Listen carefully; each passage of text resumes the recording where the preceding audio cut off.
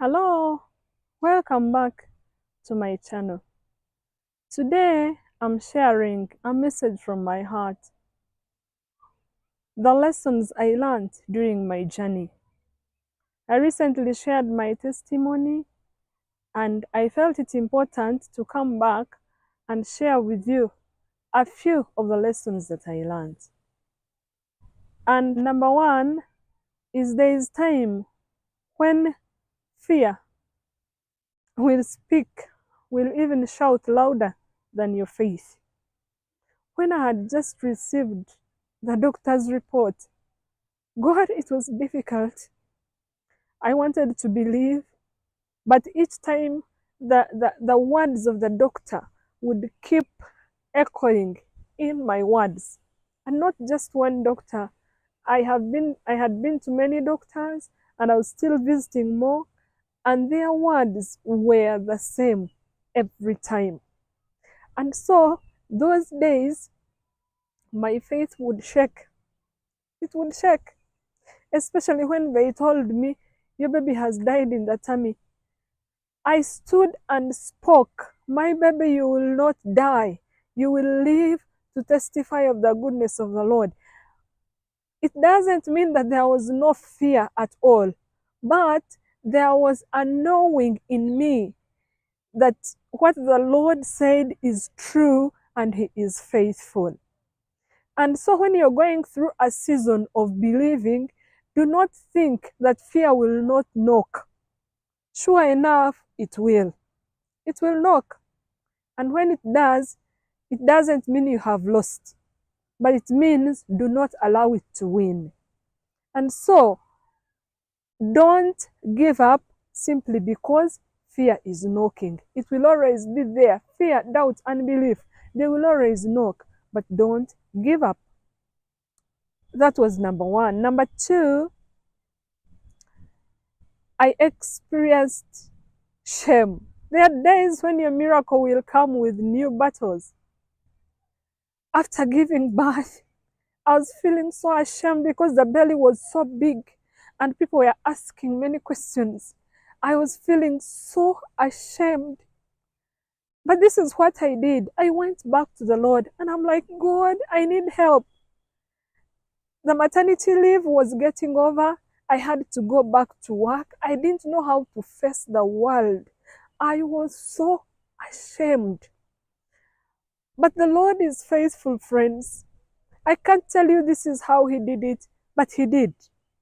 Not because I experienced instant healing, but because shame wore off slowly by slowly, and I could face the public without getting ashamed. And so that time will come to you. And when it does, just take it back to the Lord. That is what I did. Number three, in your journey, there are days when your faith will feel silent. There are days when my faith felt so silent. I tried to pray, I couldn't. I tried to remember scriptures I was teaching in Sunday school, I couldn't. I couldn't do any of those. And so this is what I did. I gathered all the strength that I could gather. Because I had tried to read the Bible and no scripture was making sense. I was very discouraged. I was so down. And so I asked the Lord, please send me to someone that will help me. And immediately a name popped in my head. And I knew that was the person the Lord had sent me to. I called him, he shared with me, he held my hand and he was like, we are going to win this. And that was the kind of person I needed. I was able to pick up again and believe. And so when that time comes to you, do not give up. It is not a time of giving up. It is a time of surrender. Give it to the Lord and see Him come through for you. Number four, there are times when you will do fasting and it will feel like fasting is not bringing results. I fasted 40 days. I fasted Esther fasts. I did one day fasts uncountable. Like I was hoping because I have fasted and now now I did not know what I know now. Healing did not come, breakthrough did not come because I fasted. But the Lord taught me deeper lessons during the fasting. Don't get me wrong, fasting is not bad. Fasting is supposed to work on your faith. Fasting is not about moving the Lord's hand to work.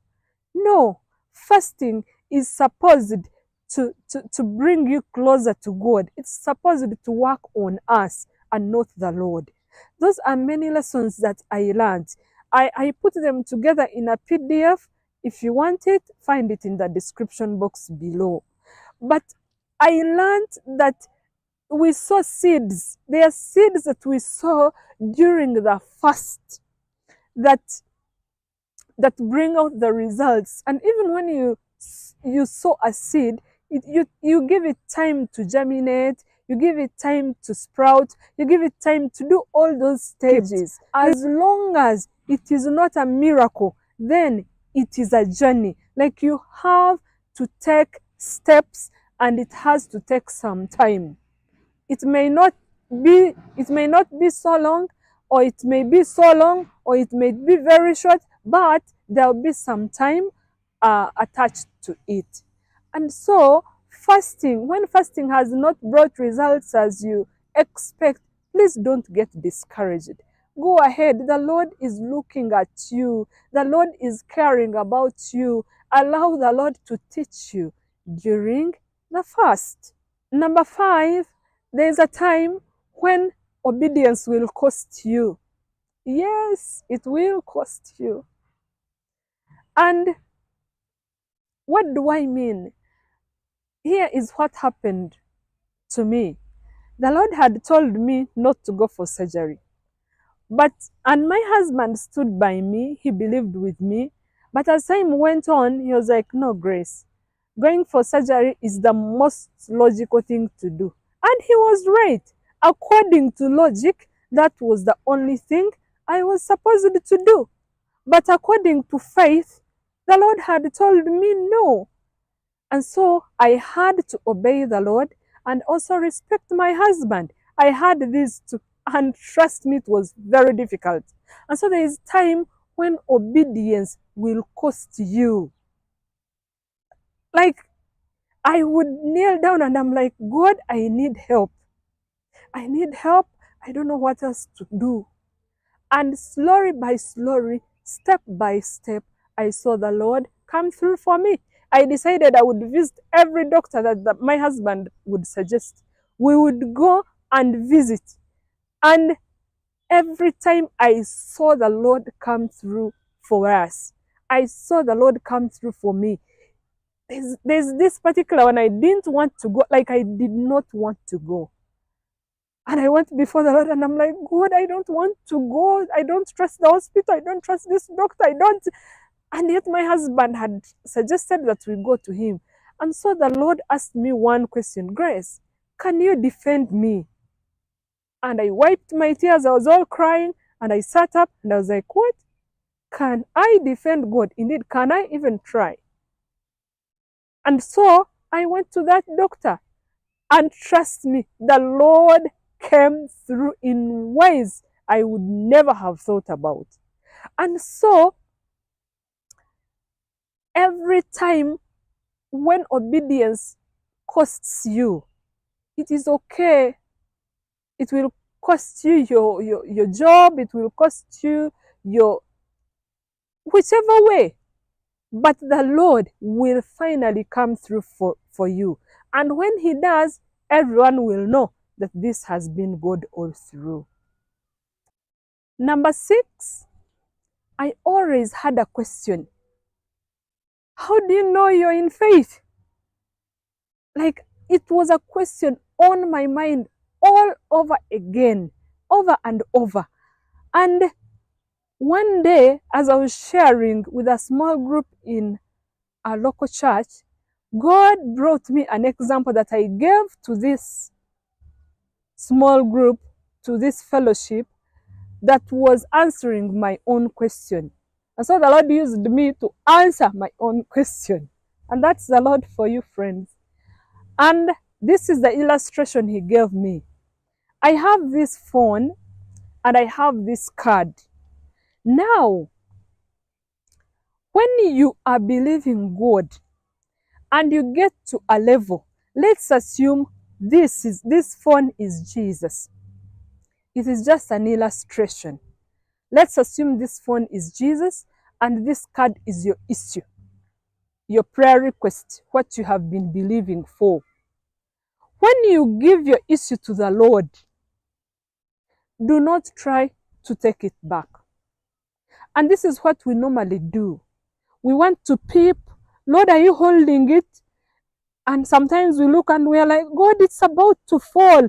Please, we want to advise him on how to hold it. But when you have given him your issue, trust that he is holding your issue. Trust him that he is holding your issue. And so when you have given it to him, trust. Know that he has the ability to hold it. Trust that it will not fall. Even if it looks like it's at the edge and it looks to you like it's going to fall, trust that it is not going to fall. Why? Because the one who is holding it is more than able.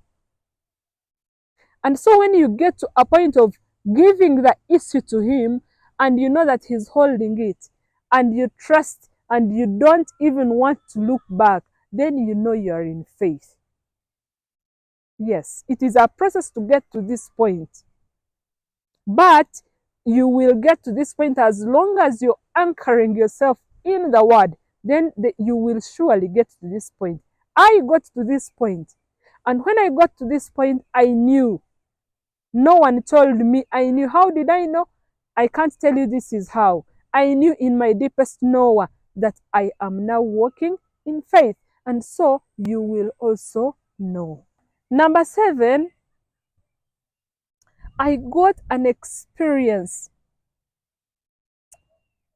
that taught me a glimpse of a father's love.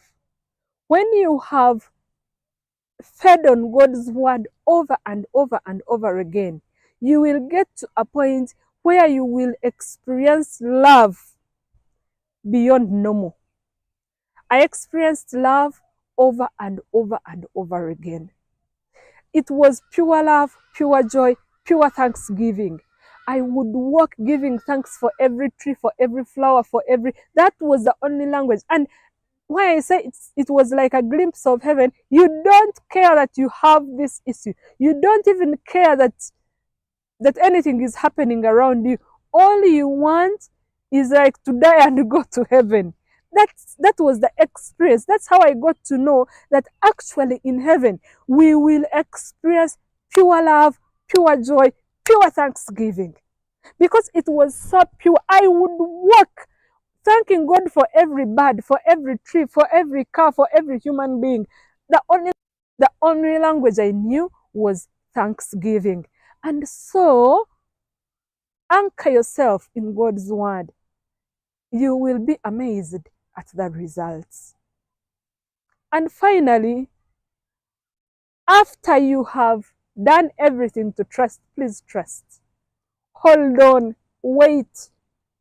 Waiting is one of these. I know it is when you're in the middle of the journey, this is something you don't even want to hear, but it is the truth. As long as it is a journey, whether a healing journey, or you're believing for your marriage, or you're believing for your financial breakthrough, as long as it is a journey, please wait. Let patience cultivate. Let endurance cultivate something in you. Let endurance finish its course in you. And then you will be able to experience the miracle that the Lord has been keeping for you. It is on the way. Don't give up now. The Lord is surely coming through for you. You will be amazed at the results. God bless you. See you in my next video.